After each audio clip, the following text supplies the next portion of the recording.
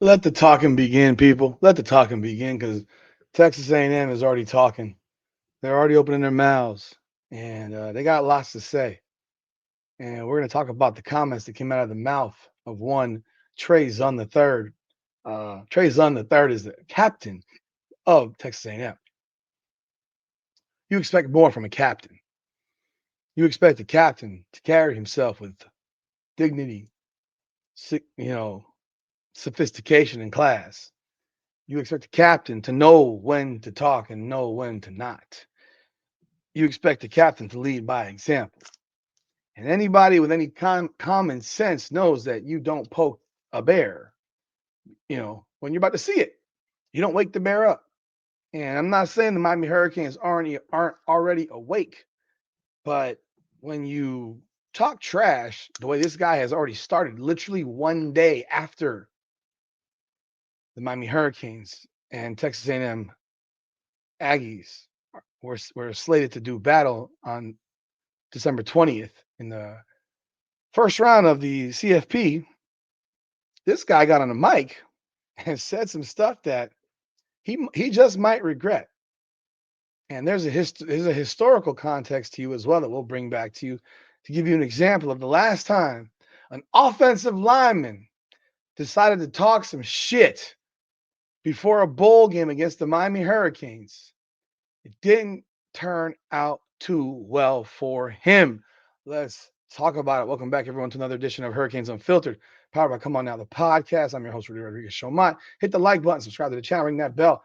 9 p.m., Hurricanes Unfiltered live.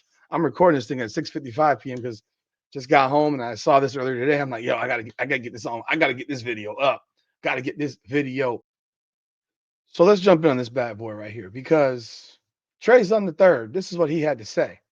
And I'm going to play it for you. And I mean, if he feels like he has the need to do this, hey, go right ahead, my guy. Go right ahead. I'm not going to stop you.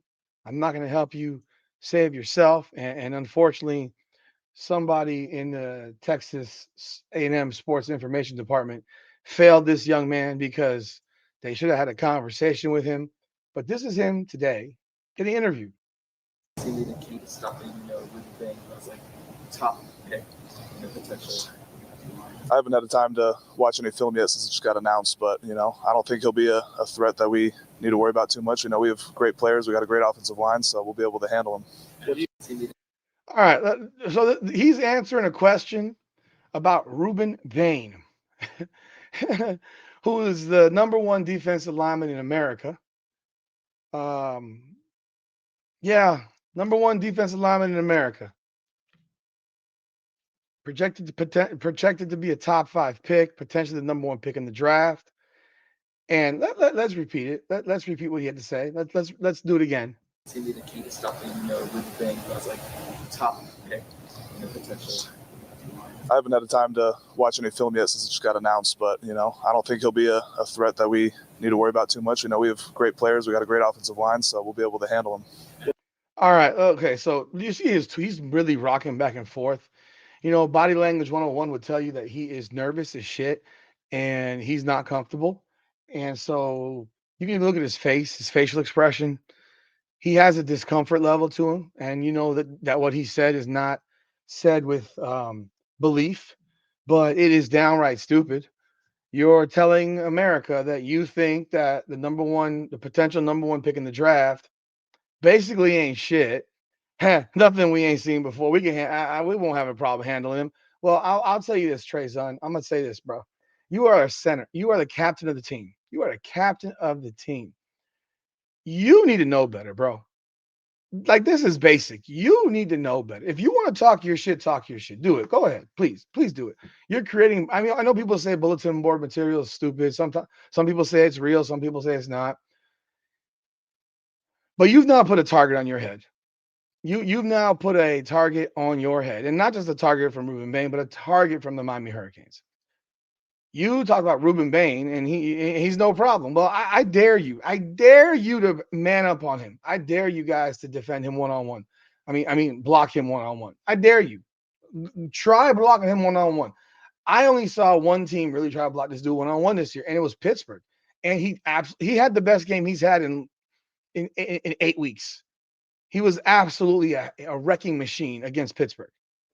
And if you want to go block him one-on-one and tell me that he's not that good, and not anything you haven't seen before, because clearly he is not anything you've ever seen before, because, well, he's the number one defensive lineman in America. So no, he's not. He is definitely not something you've seen before, because you ain't seen nothing like Rueben Bain. You can go look at the mock draft right now for 2026. I mean, I have no idea what it says right now, but I'll take a look. Like right now, you have a projected mock draft that has a linebacker. It has Rueben Bain going. Wow, down. They got Rueben Bain going. He ain't going that far down. Come on now. Did I miss something? They got him going sixth, not a Washington. So projected top 10 pick. Did they play Clemson? No, they didn't see Peter Woods.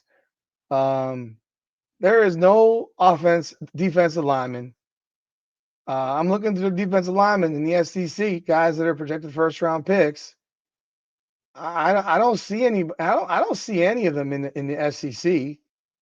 I mean, Texas Tech that's Big 12. Caleb Banks, defensive lineman from Florida. He's number 18 projected pick. I mean, I guess if that's what you think. Beyond that, yeah, I'm still looking. I'm still looking. I'm still looking. So maybe you saw one defensive lineman that could sniff Rueben Bain's jockstrap, but you ain't seen Rueben Bain, bro. Like when you say stuff like that, you're a captain. You're supposed to be the leader. You're supposed to be the one that tells your teammates to shut the hell up, man. Focus on playing a football game. Get your mind right. Look, focus on what you got to do. And this guy's jumping on the mic talking shit about Ruben Bain. Won't be easy. Then I dare you to block him one-on-one. You will be in for the rudest awakening of your life. But hey, if he's no big deal, well, tell me about how Ahmad Moten feels inside. Tell me about Hakeem Mesdor. Tell me about David Blake Jr., presuming he plays. Tell me about Justin Scott. Because those 5 defensive linemen are going to make your life miserable, bro.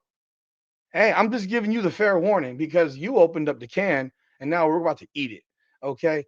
And I need to remind people about a guy who last talked shit about the Miami Hurricanes going into a bowl game, because you haven't heard this in quite some time. People are more intelligent nowadays and they don't want to create bulletin board material to piss people off. Like it's bad enough you're competing, right? I mean, that's enough in itself. But when you got a guy, I mean, when you talk that shit prior to a game, well, you better be better. You homeboy, you better be ready to pack that shit up. Like you better be ready. Because about, I don't know, 25 years ago, no, I'm sorry, 35 years ago, there's a guy by the name of Stan Thomas. And for my old school Hurricane fans, y'all remember Stan Thomas. He was an offensive lineman for Texas. Oh, wow, the great state of Texas. They got some smart dumbasses there, huh? Don't know when to shut the hell up. So this dumbass Stan Thomas from Texas ran his mouth. He called the Miami Hurricanes a bunch of gangsters. He said they look like criminals. I mean, he said all kinds of shit. I mean, he also said, let's see here.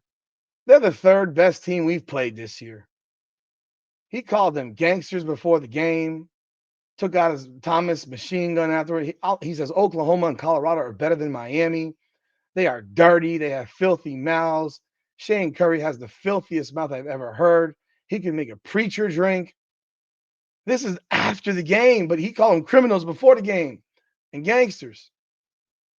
And Stan Thomas, if people want to remember, I mean, Miami beat that team 46-3. Miami beat that Texas team 46-3. That might have been the most dominating performance I've ever seen from a Miami Hurricane football team. You want to know why it was so damn dominating? Because they beat them 46-3 and committed over 200 penalties. 200 yards of penalties in that game. I mean, we had touchdowns called back because of these penalties. It was a bludgeoning. Thrill Hills in the tunnel going off the field doing the 6-shooter guns. I mean, you got Russell Maryland. I mean, hell, Stan Thomas even said, I don't regret anything I said. Mind you, he's talking about Russell Maryland, who was the Outland Trophy Award winner that year.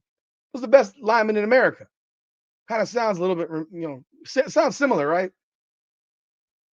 The Canes in that game had 9 sacks, 3 of them by Russell Maryland, had 3 interceptions, recovered 2 fumbles, and held Texas to 205 yards. And it says was this negative 55 passing. Maybe that's before they flipped it. I don't know. I watched the game. I was 13 years old. I remember the game. I was 13, and I loved every moment of it. I wanted us to score 70 on those bums. Thomas after that game said, "I don't regret anything I said, not at all. Maybe it did backfire on the team, but it didn't on me." And when he called the Hurricanes criminals, he had his own teammates pissed off at him. They were mad at him because he was making those were racial attacks towards black dudes. And I'm sure he had some black dudes on his team that weren't too happy with that commentary. Anthony Hamlet, former Miami Hurricane defensive end, said the only time he touched me was in the back. Also, Maryland said that the only time he touched me was in the back. Who didn't take kindly to Thomas's remarks? We gave this gift, Miami's victory, to Stan. We dedicated the game to Stan. This Texas team comes to a major bowl for the first time in a long while, and they're talking trash. We've been around a lot longer. Yeah, man. A lot of crybaby shit from Texas that year as we beat the brakes off them. The penalties didn't hurt Miami. They overcame a 1st and 40 on the first possession. I mean, think about that. Miami had a 1st and 40 and scored. And the exact numbers, 16 penalties, 202 yards. 202 yards. 2 football fields worth of penalties. And Miami beat the doors off this team. In Texas, no less. 4 hours from campus. Dallas, Texas, Cotton Bowl. Now, we're going to Kyle Field. I talked to my sister today. I did. She lives in Austin. She's from here, obviously, but she lives in Austin now. She says, I've been to College Station. There's nothing in College Station. That's all they got. So, yeah, when you take away all they got, they're going to be pretty miserable for the next 8 months. And that's what Miami's going to do. They're going to take away everything that Texas A&M has. They're going to make their lives miserable, make their fans miserable. And I'm not saying that Miami's going to kick Texas A&M's ass because of the comments from Trey Zuhn III. But man, oh man, you got to be a dumb motherfucker to jump off the first day after the announcement and sit here and talk trash about the number 1 defensive lineman in America. I mean, you got to be next level stupid. But if you truly believe that there's no problem there, hey man, block him man to man, man. I don't want to see no double teams. I want you guys to man up and show us that you're just a big dog, bro. Show us that you are a big dog. Show us. Prove it. I don't want to see 3 guys blocking Rueben Bain, which I expect to see. I think he'll see double teams every snap. And I think his teammates will need to have a conversation with their captain and let him know, it's not wise to poke the bear. It isn't wise. It just isn't. But hey, you do what you do, bro. You do what you do. Stan Thomas learned the hard way. 35 years ago, Stan Thomas learned the hard way. And he kept on talking after the game. Feel free to talk all you want, bro. But guess what? You're going to have to pay the piper. And I can assure you that Rueben Bain is going to love everything that you said. And I guarantee that Rueben Bain won't say one word back. He won't say a word back in the media. He won't. He's too smart for that. But y'all let me know y'all thoughts in the comments, man, because I'm looking forward to seeing Rueben Bain and that defensive line absolutely terrorize this guy. They're going to terrorize this guy. This is not wise. It's not wise. Not wise. Just the response should be, they got a great team. They got a great defensive line. Rueben Bain's one of the best guys in the country. We're gonna have a plan. We're gonna have a plan, and our plan we're gonna execute our plan to stop him. That's an intellectual response because that's what you should be saying. Oh no, we ain't worried about. We're not worried about him, man. We got a great line. We're not worried about him. All right, bro. We'll find out. Today is what? The 8th? You got 12 days, homie. You got 12 days. We'll see. Y'all let me know y'all thoughts in the comments. Hit that like button, subscribe to the channel, ring that bell. 9 p.m. Hurricanes Unfiltered tonight. Be there. Don't miss it. It's Hurricanes Unfiltered. Powered by Come On Now, the podcast. Come on now.